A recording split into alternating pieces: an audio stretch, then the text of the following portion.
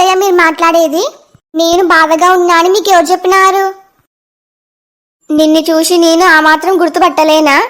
నీకు తలనొప్పి అని చెప్పిందానివి ఒక టాబ్లెట్ వేసుకొని నిద్రపోవాలి గాని ఇట్లా ఒంటరిగా కూర్చొని బాధపడతారా? అది కూడా నిన్ను ఎంతసేపటి నుంచి గమనిస్తున్నానో తెలుసా? ఏమైందో చెప్పమ్మా. మళ్ళీ నా కొడుకు నిన్ను ఏమన్నా అన్నాడా? నన్ను ఏం చెప్పమంటారు?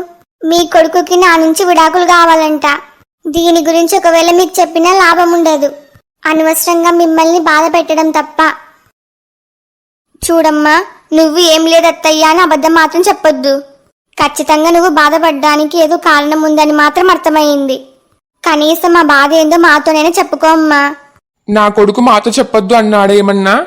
ఒకవేళ వాడు అట్లా చెప్పినా సరే నువ్వేమీ భయపడాల్సిన అవసరం లేదు. ఏమున్నా సరే మాతో ధైర్యంగా చెప్పొచ్చు. అవునమ్మా, ఇప్పుడు ఏం లేదన్నాననుకో వీళ్ళు అస్సలు నమ్మరు. ఏదో ఒకటి చెప్పి మేనేజ్ చేయాలి. అత్తయ్య, నాది మీతో చెప్పుకునేంత పెద్ద సమస్య ఏం కాదు. ఏదో నాకు ఆయనకు ఒక చిన్న గొడవ అంతే. ఏంది మీ ఇద్దరు మళ్ళీ గొడవ పడినారా? అనుకున్నా, నేను ముందరనే అనుకున్నా. ఈ మధ్య వాడి ప్రవర్తనకి వాడుకున్న కోపానికి నిన్ను ఏదో ఒకటి అనింటాడు అనుకున్నా. నేను అనుకున్నది నిజమైందన్నమాట. ఇంతకు నీతో ఎందుకు గొడవ పడినాడు? ఇందులో ఆయనదొక్కడిదే కాదు, నాది కూడా తప్పుంది. అసలు ఏమైందంటే నిన్న మా అమ్మ వదిన ఊరికి బయలుదేరే ముందర ఆయన ఇంట్లోనే ఉన్నాడు గాని బయటకు వచ్చలేడు. కనీసం వాళ్ళకి సెండ్ ఆఫ్ కూడా ఇచ్చలేడు. పాపం మా అమ్మ ఎంత బాధపడిందో. అందుకు నాకు కూడా ఆయన మీద చాలా కోపం వచ్చింది. నిన్న రాత్రి ఆయన ఇంటికి రాగానే ఆయన దగ్గరికి పోయి మాట్లాడినాను. కనీసం మా అమ్మ వదిన అంటే నీకు కొంచెం కూడా మర్యాద లేదా అని ఆయనని కొంచెం గట్టిగా నిలదీసి అడిగినాను. దాంతో ఆయనకి కోపం వచ్చింది. నా టెన్షన్లో నేనున్నా. అలాంటి టైంలో బయటికి వచ్చి సెండ్ ఆఫ్ ఇవ్వాల్సిన అవసరం నాకు లేదు అన్నాడు. దాంతో నాకు కూడా కోపం వచ్చి ఆయనతో ఎదురు మాట్లాడినా. అట్లా మాట పెరిగి మా ఇద్దరికి గొడవ అయింది. ఇంకా జరిగింది ఇంతే అత్తయ్య. అందుకే నేను కొంచెం మూడ్ ఆఫ్ లో ఉన్నా. నువ్వు అడిగిన దానిలో తప్పేముంది? వాడు నీకు సారీ చెప్పాల్సింది పోయి తిరిగి మళ్ళీ నిన్నే మాట్లాంటాడా? అంటే ఏంది వాని ఉద్దేశం? వాడు ఎన్ని విధవేషాలు వేసినా వాణ్ణి ఎవరేమనకూడదా? అందరూ నోరు మూసుకొని సైలెంట్గా ఉండాలనా? ఇందులో నీ తప్పు కొంచెం కూడా లేదవని. నీ ప్లేస్ లో ఎవరున్నా సరే పుట్టినింటోళ్ళకి మర్యాద ఇవ్వకుంటే అట్లనే మాట్లాడతారు. ఇందులో ముమ్మాటికి తప్పు నా కొడుకుదే. నేనేదో నోటికొచ్చిన అబద్ధం చెప్పేసినాను. వీళ్ళు చూస్తే నాది కూడా తప్పుందని చెప్పినా సరే నాకే సపోర్ట్ చేసి మాట్లాడుతున్నారు. ఇప్పుడు వీళ్ళకున్న కోపానికి మళ్ళీ ఆయనని ఏమన్నా అంటే వాడు ఇంటికోటి రాని వాని పని చెప్తా. ఏమో అని వదిలేసే కొద్దీ మరీ ఎక్కువ చేస్తున్నాడు. ఒక్కసారి కాదు, 2 సార్లు కాదు. బయట పనికి మాలిన ఫ్రెండ్స్ జొతైనారు. వాళ్ళతో కలిసి ఏం రాచకార్యాలు వెలుగబెడుతున్నాడో ఏమో. బయట ఉన్న కోపాలన్నీ తెచ్చి ఇంట్లో వాళ్ళ పైన దులపడం, ఏమన్నంటే కుక్కలక మొరగడం. ఇంకా వానికి ఇది తప్ప ఇంకేం చాతైతుంది? అత్తయ్య, నేను ముందన్నే చెప్పినా కదా, నిన్న జరిగిన గొడవలో మీ కొడుకుది ఎంతైతే తప్పుందో నాది కూడా అంతే తప్పుంది. ఆయన ఏదో టెన్షన్లో ఉన్నాడని నాకు ముందనే తెలుసు. తెలిసి కూడా నేను ఆయన దగ్గరకు పోయి మాట్లాడడం నాది తప్పే కదా. ఏందమ్మా తప్పు? వాడికి బయట 100 టెన్షన్లు ఉండని. ఎప్పుడైనా సరే మాట తీరు మాట మాట్లాడాలి. అంతేగాని నోరుంది కదా అని ఆయన దానికి కాందానికి అట్లా తాళి కట్టిన భార్య పైన నోరేసుకొని పడిపోకూడదు. వాడు ఇవన్నీ ఎప్పుడు తెలుసుకుంటాడు? ఇంకా డౌట్ లేదు. ఆయన ఇంటికొచ్చి రాగానే అత్తయ్య మామయ్య ఖచ్చితంగా ఆయనతో గొడవ పెట్టుకుంటారు. ఇప్పుడు వీళ్ళని ఎట్లో గట్లా కూల్ చేయాలి. నువ్వేమి బాధపడొద్దమ్మా.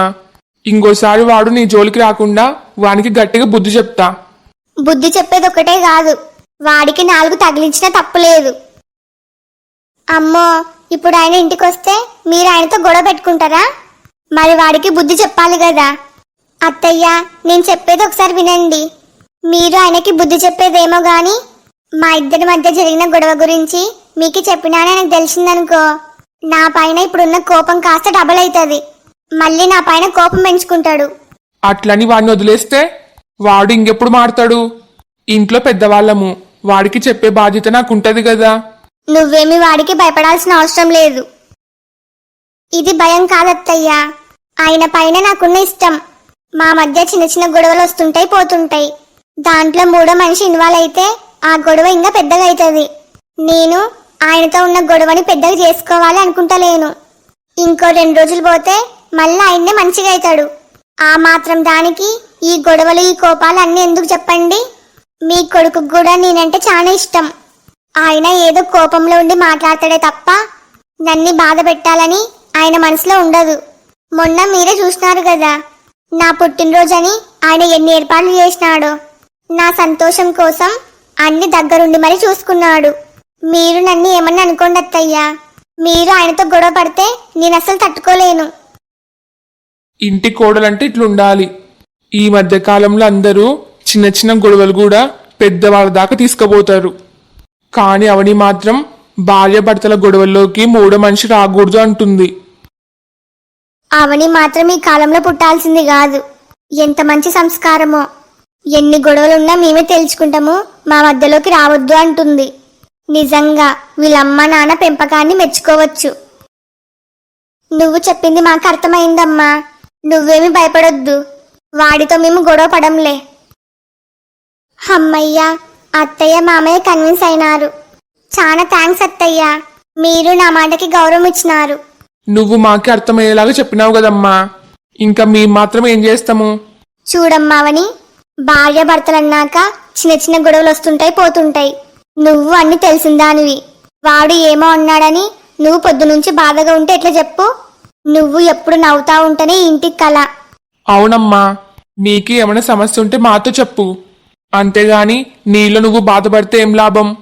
సరే మామయ్య, ఇప్పటి నుంచి నాకేమైనా సమస్య ఉంటే మీతోనే చెప్పుకుంటా. చిన్నదానికి పెద్దదానికి ఇంటి కోడల్ని రాచి రంపాన పెట్టి అత్తమామలున్న ఈ కాలంలో మీలాంటి వాళ్ళు ఉండడం చాలా గొప్ప విషయం. నాది కూడా తప్పుందని నేనే చెప్పినా సరే వీళ్ళు మాత్రం నాకే సపోర్ట్ చేసి మాట్లాడినారు. వాళ్ళ కొడుకుతే తప్పన్నారు. నిజంగా ఇలాంటి అత్తమామలకి గుడి కట్టియాలి. ఇప్పుడు అవని బానే ఉంది, ఇంకా నీ బాధ పోయినట్టేనా? పోయిందండి. అయితే ఇంకదా పోదాం.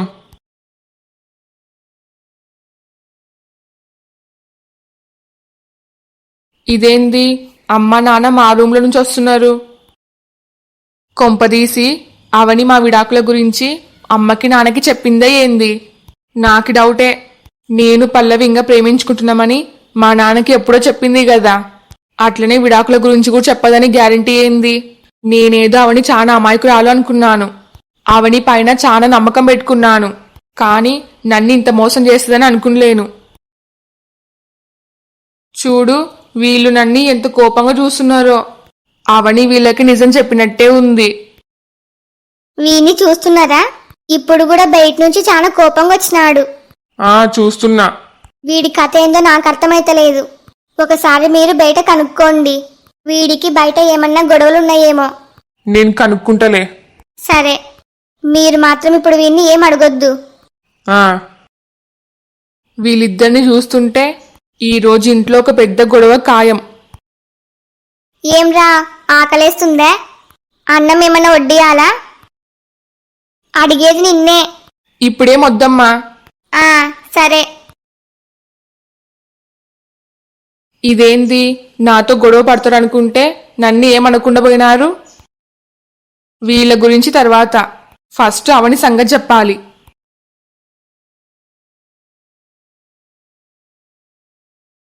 ఏ అవని? ఏమైందండి? ఎందుకు నన్ను అంత గట్టిగా పిలుస్తున్నారు? నేను ఈయనే ఉన్నా కదా. నాకి కళ్ళు కనబడతలేవులే. ఈయనేంది ఇంత తేడాగా మాట్లాడుతున్నాడు? మళ్ళీ నాతో ఏమన్నా మాట్లాడాలా? మాట్లాడేది కాదు, నన్ను ఎందుకింత మోసం చేసినావో నిన్ను నిలదీయాలి. ఏంది, నేను మిమ్మల్ని మోసం చేసినానా? కొంపదీసి మళ్ళీ తాగొచ్చినారా ఏంది? మళ్ళీ పిచ్చి పిచ్చిగా మాట్లాడుతున్నారు. ఏంది, నేను పిచ్చి పిచ్చిగా మాట్లాడుతున్నానా? నీకి ఎంత ధైర్యం నన్ను ఆ మాట అన్నీకా? నీ కండ్లకు నేను తాగుబోతులా కనబడుతున్నానా? నేను ఇంతకుముందే మా అమ్మకి ప్రామిస్ చేసిన, ఇంకా జీవితంలో మందు తాగను అని.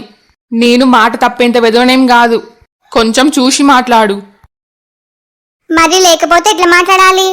నేనేంది మిమ్మల్ని మోసం చేయడం ఏంది? ఇంకా నటించింది చాలావని. నీ గురించి నాకు నిజం మొత్తం తెలిసిపోయింది. చూడ్డానికి అమాయకురాల్లా కనబడతావు గాని నువ్వు మామూలు దానివి కాదు. నిన్ని ఎంతగా నమ్మినానో తెలుసా? అలాంటి నన్ని ఎట్లా మోసం చేయాలనిపించింది నీకి? పైకి మంచిదానిలాగా నటించుకుంటేనే నా వెనకాల గోతులు దవ్వుతున్నావా? చూడండి, మీకు ఇష్టం వచ్చినట్టు మాట్లాడుతున్నారు. నాకు తెలిసినంత వరకు నేను మీ విషయంలో 1% కూడా తప్పు చేసలేను. మీరు మళ్ళీ ఏదో పొరపాటు అన్నట్టున్నారు. ఇంతకి నేను ఏం మోసం చేసినానో చెప్పండి. ఏం చేసినావా? నేను పల్లవి ఇంకా ప్రేమించుకుంటున్నామని, తొందరలోనే పెళ్లి చేసుకుంటున్నామని నువ్వు మా నాన్నకి ఎందుకు చెప్పినావు? నేను ఎవరికి చెప్పొద్దు అని చెప్పినా కదా. నువ్వు మా నాన్నకి నిజం చెప్పడం వల్ల ఏకంగా మా నాన్న పల్లవికి ఫోన్ చేసినాడు. పల్లవికి వార్నింగ్ ఇచ్చి ఇష్టం వచ్చినట్టు మాట్లాడినాడంట. నా కోడలు అవని చాలా మంచిది, నా కోడల జోలికి ఎవరైనా వస్తే నేను అసలు ఊరుకోను అన్నాడంట. మామయ్య ఏంది పల్లవికి వార్నింగ్ ఇవ్వడం ఏంది? దీని గురించి నాకు అసలు తెలియదు కదా. నాకి మామయ్య కూడా ఏం చెప్పలేడు. నిజం చెప్పావని, ఇదంతా నీ ప్లానే కదా. నీకి ఇల్లు వదిలి వెళ్ళిపోవడం ఇష్టం లేదు. నా దగ్గర మంచిదానిలాగా నటించుకుంటేనే మా అమ్మని నాన్నని ఉపయోగించుకొని ఈ ఇంట్లోనే సెటిల్ అవ్వాలనుకుంటున్నావు. చూడండి, నోరు కంట్రోల్ చేసుకొని మాట్లాడితే బాగుంటది. నేను మీ కళ్ళకి ఎట్లా కనబడుతున్నా? ఇంతకు ముందే చాలా సార్లు నిజ నిజాలు తెలుసుకోకుండా నన్ను ఇష్టం వచ్చినట్టు మాట్లాడి తర్వాత మీరే బాధపడినారు. ఇప్పుడు కూడా ఖచ్చితంగా బాధపడతారు. అంటే నీ తప్పేమీ లేదు అంటావు. మా నాన్నకి నువ్వు ఏం నిజం చెప్పలేను అంటావు, అంతే కదా? అవును, అంతే. నేను ముందరనే అనుకున్నావని, నువ్వు అసలు పడనీయవని. అయితే నాకు ఇది చెప్పు. నా గురించి పల్లవి గురించి ఈ ఇంట్లో తెలిసిన దానివి నువ్వు ఒక్కదానివే. మరి మా నాన్నకి నిజం నువ్వు చెప్పకపోతే ఇంకెవరు చెప్తారు? అదీగాక ఇందాక మా అమ్మ మా నాన్న రూమ్లో నుంచి బయటకు వచ్చేది నేను చూసినాను. వాళ్ళిద్దరికి రూమ్లో ఏం పని? వాళ్ళతో నువ్వు ఖచ్చితంగా మాట్లాడింటావు కదా. వాళ్ళిద్దరూ నా పైన చాలా కోపంగా ఉన్నారు.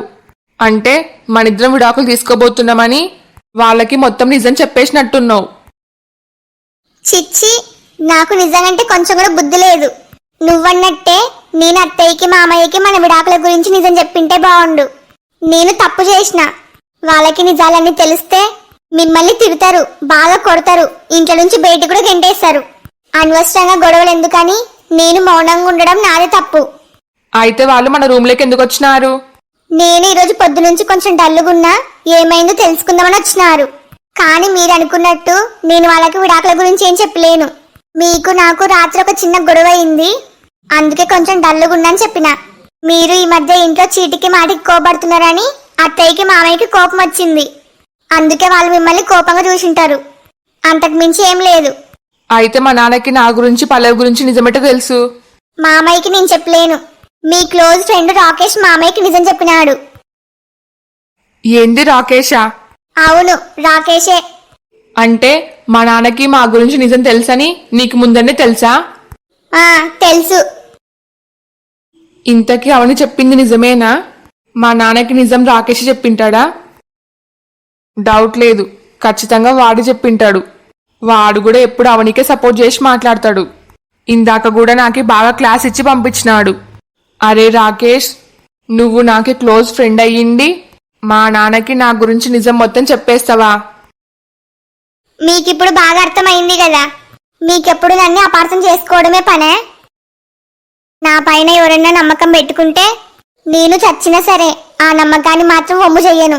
నన్ను అనవసరంగా అపార్థం చేసుకేందే కాకుండా మీకు ఇష్టం వచ్చినట్టు మాట్లాడతారా? మీకు కొంచెమైనా మనసు ఉందా? నిజ నిజాలు తెలుసుకోరా?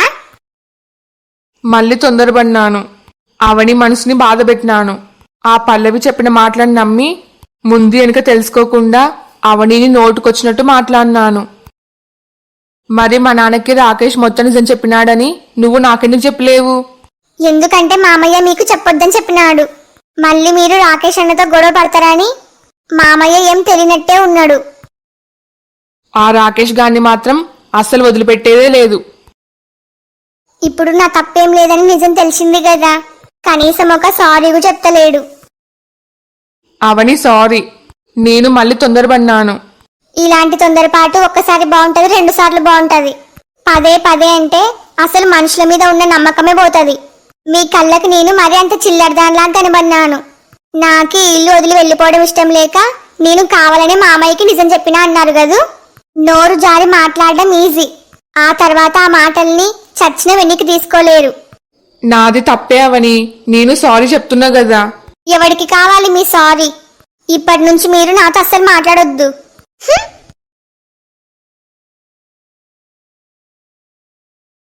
ఆ పల్లవి ఇంతకు రెడీ అవుతుందా లేదా? దానికి చెప్పి ఎంతసేపు అవుతుంది? ఇంతవరకు ఇంకా బయటికి కూడా వస్తలేదు. కొద్దిసేపు ఆగు, ఏమంత తొందర వచ్చింది? ఇంకా మీరు మీ కూతురికి సపోర్ట్ చేసింది చాలులే. అది ఈరోజు సాయంత్రం వరకు ఉన్న ఆ రూమ్ లో నుంచి బయటికి వస్తుందో రాదో. ఇంకో 3 రోజుల్లో అమెరికాకి పోతున్నామని తెలియగానే పల్లవి ఇంట్లో అందరిపైన చాలా కోపంగా ఉంది. నాకు తెలిసి తనకి మనతో పాటు రావడం ఇష్టం లేదు. ఎందుకు రాదు? ఖచ్చితంగా వస్తుంది. పల్లవి, ఏ పల్లవి? ఒకసారి బయటికి రా అమ్మా, నీకోసం అందరం వెయిట్ చేస్తున్నాం. చూసినారా, ఇది ఇంకా రెడీ అయ్యలేదు. పల్లవి, ఏమైంది? ఈ రోజు బయటికి పోవాలని నీకు ముందరనే చెప్పినాం కదా. నీకి వచ్చే ముందర రెడీ కమ్మని చెప్పినా కదా. నాకి మీతో పాటు కలిసి బయటికి రావడానికి కొంచెం కూడా ఇంట్రెస్ట్ లేదు. కావాలంటే మీరే పోండి, నేను రాను. ఇందాక మీరు మీ కూతురికి సపోర్ట్ చేసి మాట్లాడినారు కదా, ఇప్పుడు మాట్లాడండి, ఏం మాట్లాడతారో. అట్లంటే ఎట్లా పల్లవి? ఈ రోజు నేను ఆఫీస్కి పోకుండా లీవ్ పెట్టిందే మీకోసం. అలాంటిది నువ్వే రానంటే ఇంక మేం పోయి ఏం చేయాలి? హలో ఫ్రెండ్స్ అందరికి, ఈ వీడియో మీకు నచ్చిందా? నచ్చితే లైక్ చేయడం మాత్రం మర్చిపోవద్దు. అట్లనే ఈ వీడియోని మీ ఫ్యామిలీ అండ్ ఫ్రెండ్స్ కి షేర్ చేయండి. ఈ స్టోరీ యొక్క రాబోయే మిగతా పార్ట్స్ కోసం మా ఛానల్ ని ఇప్పుడే సబ్స్క్రైబ్ చేసుకోండి. వీడియోకి హైప్ చేయడం మాత్రం మర్చిపోవద్దు. మీరు హైప్ చేయడం వల్ల నా వీడియో ఇంకా ఎక్కువ మందికి రికమెండ్ అవుతుంది. మీ ఫీడ్బ్యాక్ ని కామెంట్ చేయండి. నాకు సపోర్ట్ చేయొచ్చు కదా please. Thanks for watching. Bye bye.